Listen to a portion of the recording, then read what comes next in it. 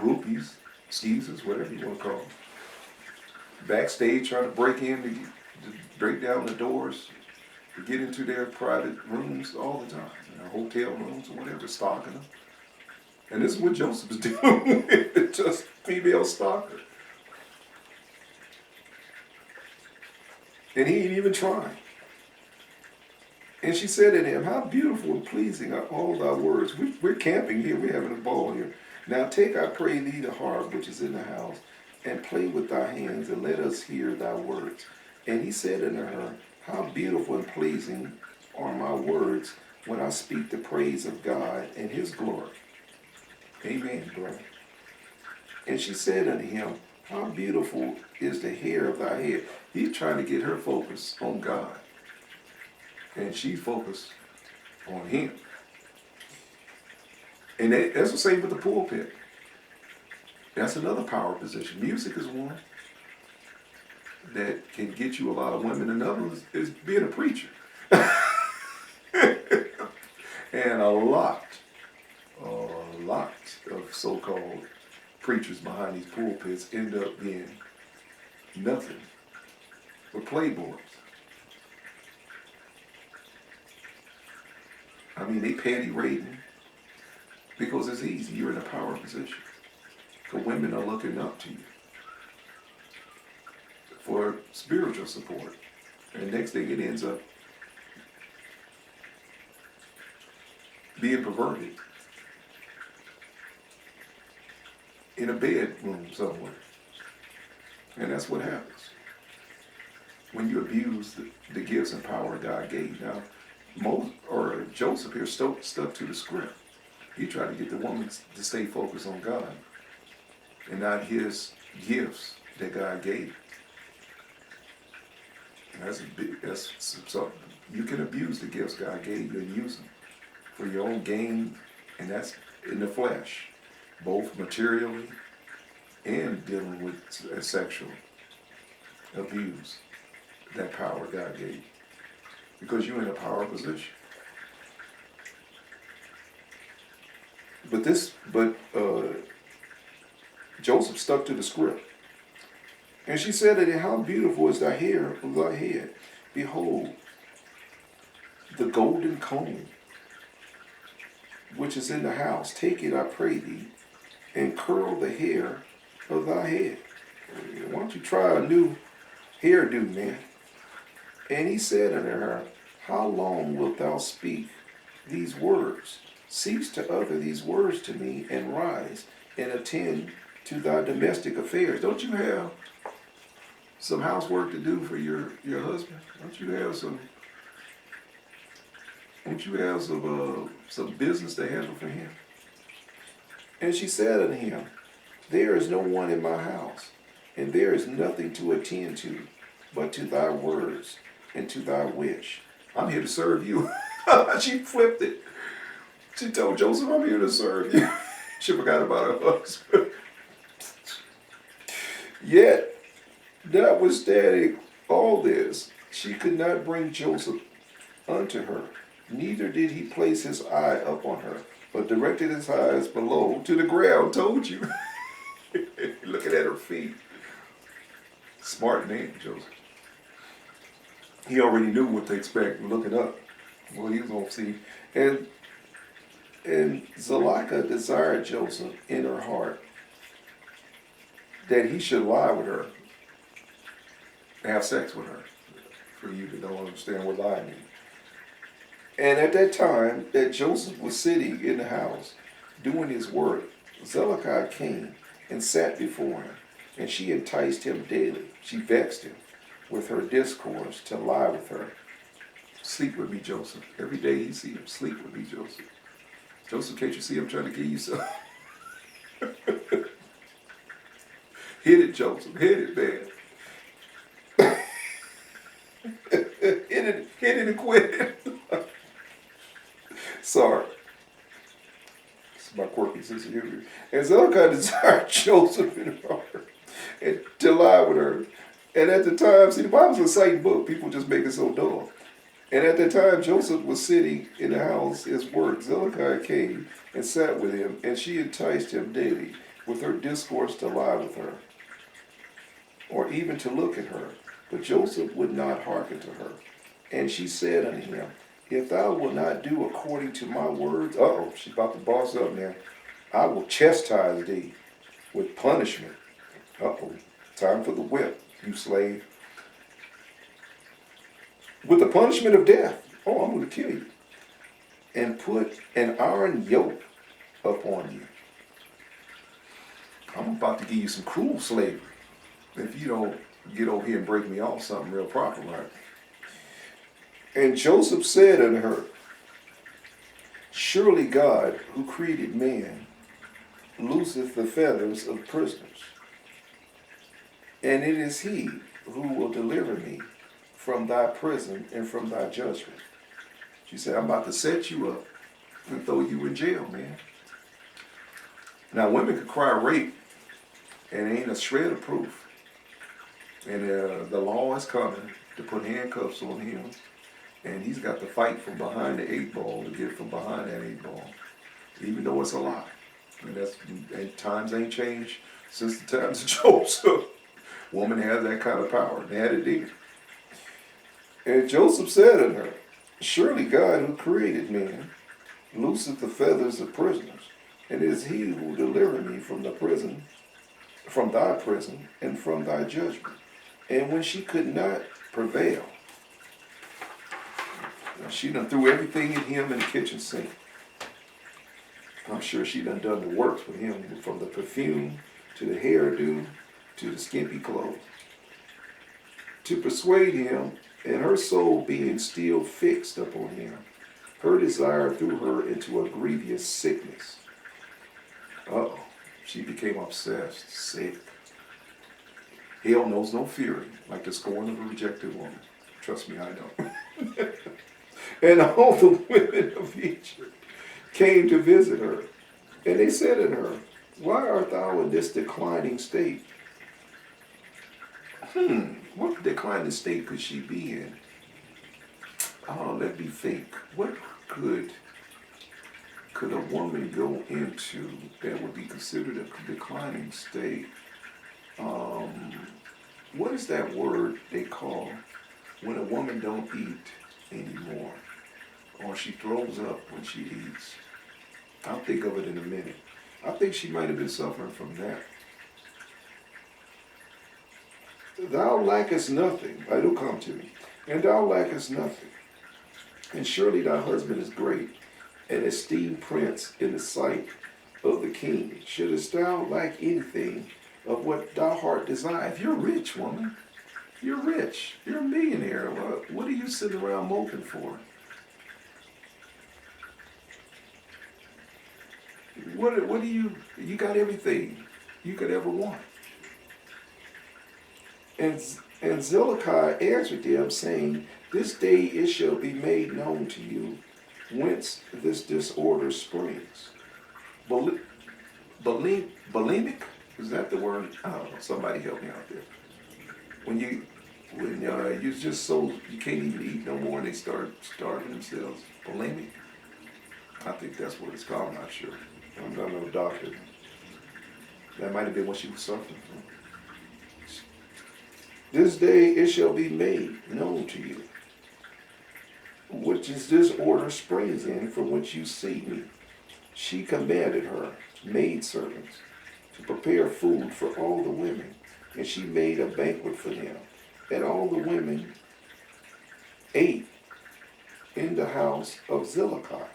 And she gave them knives to peel the citrons to eat them. And she commanded them that they should dress Joseph in costly garments, and that he should appear before them. And Joseph came before their eyes, and all the women looked at Joseph, and could not take their eyes from off him. She said, you want to see what my problem is? I'm about to show you my problem. It's this beautiful slave I had, this handsome slave. Now, I want y'all to feel what I'm feeling.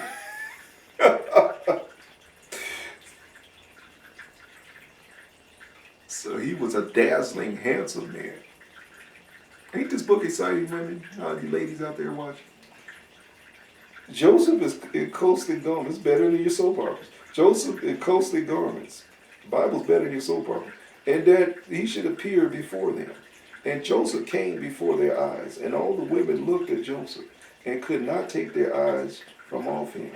And they all cut their hands with their knives that they had in their hands. And all the citrons that were in their hands were filled with blood. They were so fixated on the beauty of Joseph that they couldn't even cut the fruit that they had in their hand. They was cutting their own hand. Everybody sitting there bleeding. Couldn't take their eyes off of Joseph. Now they understand what this woman was dealing with. And they knew not. It was like they were all under a spell, quote unquote, because of his being handsome.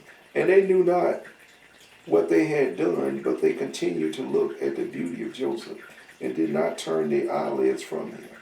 And Zelicah saw what they had done, and she said unto them, what is this work that you have done? Behold, I gave you citrons to eat, and you have all cut your hands. And all the women saw their hands, and behold, they were all full of blood. And the blood flowed down upon their garments. And they said unto her, this slave in your house has overcome us, and we could not turn our eyelids from him on account of his beauty. So she said, I could show you better than I could tell you. Say, you want to know what my problem is? I can show you better than I can tell you. And she said unto them, surely this happened to you in the moment that you looked at him, and you could not contain yourselves from him. How then can I refrain from him that is constantly in my house? And I see him day after day going in and out of my house. And how then can I keep from declining or even from perishing on account of this? See, you understand me now. You understand why I'm bulimic. And they said unto her, the words are true, but who can see this beautiful form in the house and refrain from him? And is he not thy slave and attendant in thy house? In other words, he's supposed to do anything you tell him to do, including sex. And you don't usually have any rights as a slave. And is he not a slave and attendant in thy house? And why hast thou not tell him that which is in thy heart, and sufferest thy soul to perish through this matter? So why are you putting up with this slave that's recalcitrant and refuse to break you off something real proper like? And she said unto them, I am daily endeavoring to persuade him. I've been working on this slave, trying to break him down to give me some for the loss. And he will not consent to any of my wishes. He's stubborn. He ignores everything I tell him to do. He's a rebellious slave. And I promised him everything that is good. If he were just to have sex with me, his whole world would open up for him. He'd be the number one slave in Egypt. The richest slave in Egypt. The most pampered slave in Egypt. And yet I could not meet with him, so returned from him. I am therefore in a declining state, as you see. He was stubborn to the end. And Zelicah became very ill on account of her desire toward Joseph. It manifested into physical sickness. She was so love-struck for him. Or so infatuated, I should say, the better word, for him. And she was desperately lovesick on account of him. And all the people of the house of Zelicah and her husband knew nothing of this matter, that Zelicah was ill on account of her love to Joseph. And all the people of her house asked her, saying, why art thou ill and declining, and lackest nothing? And she said unto him, I know not this thing, which is daily increasing up on me. And all the women and her friends came daily to see her, and they spoke with her, and she said unto them, This can only be through the love of Joseph. And they said unto her, Entice him, and seize him secretly. Uh-oh. You're going to have to get physical with Joseph. I mean, you just going to have to rip the clothes off of him and push him down on the bed and get busy. Perhaps he may hearken unto thee and put off death from thee. Say, you're going to die if this keeps up. I'm thinking she was bulimic. I'm telling you, that's what I believe. And Zedekiah became very worse from her love to Joseph, and she continued to decline till she had scarce strength to stand.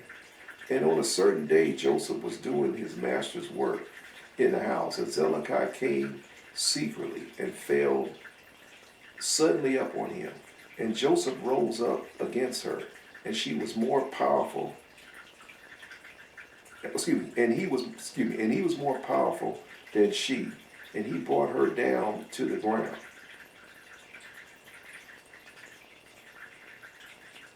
You just imagine what she was doing.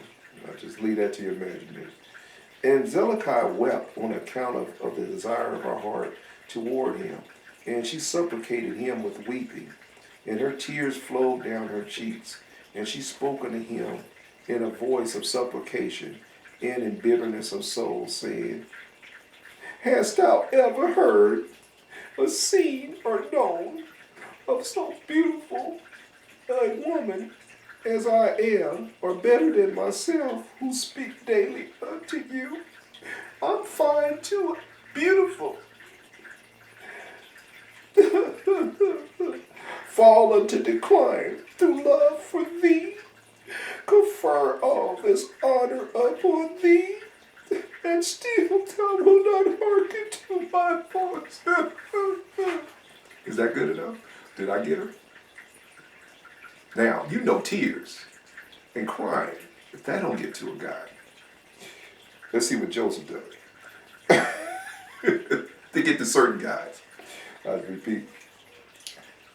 And if it be not through fear of thy master, lest he punish thee, as the king liveth, no harm shall come to thee from thy master through this thing. We could keep a secret. I could keep a secret if you can, Joseph. I'm not going to tell my husband. A favor for a favor.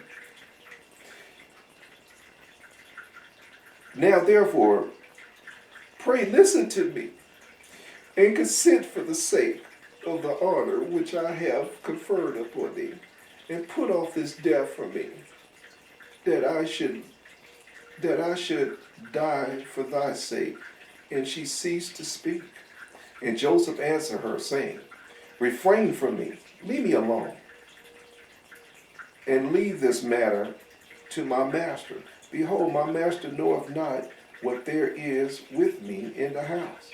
He don't know what I'm dealing with you, woman, day to day, vexing me. To try to be disloyal to your husband and have an affair with you. And I've been blowing you off all this time. Why don't you tell him what you up to? Let's see how he feels about me screwing.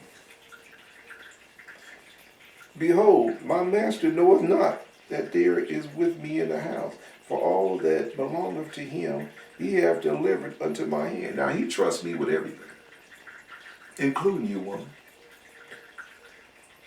And how shall I do these things in my master's house? How could I betray him? This man did trust me everything, and he's off to work, leaving me in the house with you daily. How could I backstab him like this and screw you, woman? Now, she's selfish, as most women are. She can only think about herself and her desires. Ain't thinking about the ramifications from screwing Joseph with her husband. Now, he provided and taking care of her while she's laying around him all day. And what about her? He could divorce her and throw her out of the coat, or have her stoned, or whatever they did today. For all that belonged to him he delivered unto my hand. And how shall I do these things in my heart to my master's house? For he hath also greatly honored me in his house, and he hath also made me overseer over his house, and he hath exalted me and there is no one greater in this house than I am.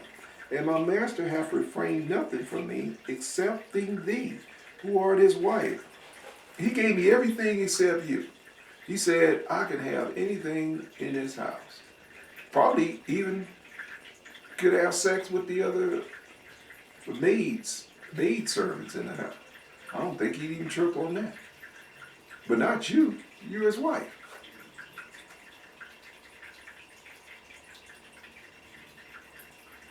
Except in thee, and thou art his wife. How then canst thou speak these words unto me? And how can I do this great evil and sin to God and to thy husband? Now he put God first. He said, I'm sinning against God by screwing you. It's called adultery. Thou shalt not covet thy neighbor's wife. Now, it's all in the law. His ox, his sheep, it's like, you're not to lie with another man's, your neighbor's wife. That's all in the law. That's all in the Torah. Now, the Torah didn't come to Moses, which would be 400 years later in Joseph's case. But still, they knew enough of God's commandments through the priestly line of Jacob, who was a priest, that you didn't screw around another man's wife. It was adultery. Plenty of fish in the ocean. You ain't got to mess with another man's wife. Plenty of fish in the sea. How then canst thou come to these words unto me? And how could I do this great evil and sin to God and to thy husband? Now therefore refrain from me. Leave me alone, woman.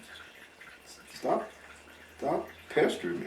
And now therefore refrain from me, and speak no more such words as these, for I will not hearken unto these words. You can't break me down with your tears and with the snot running out your nose and you're begging and all that. I don't go for that. I'm a stronger man than that. Sorry. I ain't gonna go for the 42 fake or the okie doke. For I would not hearken unto these words. But Zedekiah would not hearken to Joseph. She's just as stubborn as he is. When he spoke these words unto her, but she daily enticed him to listen to her. She didn't stop. This woman is persistent.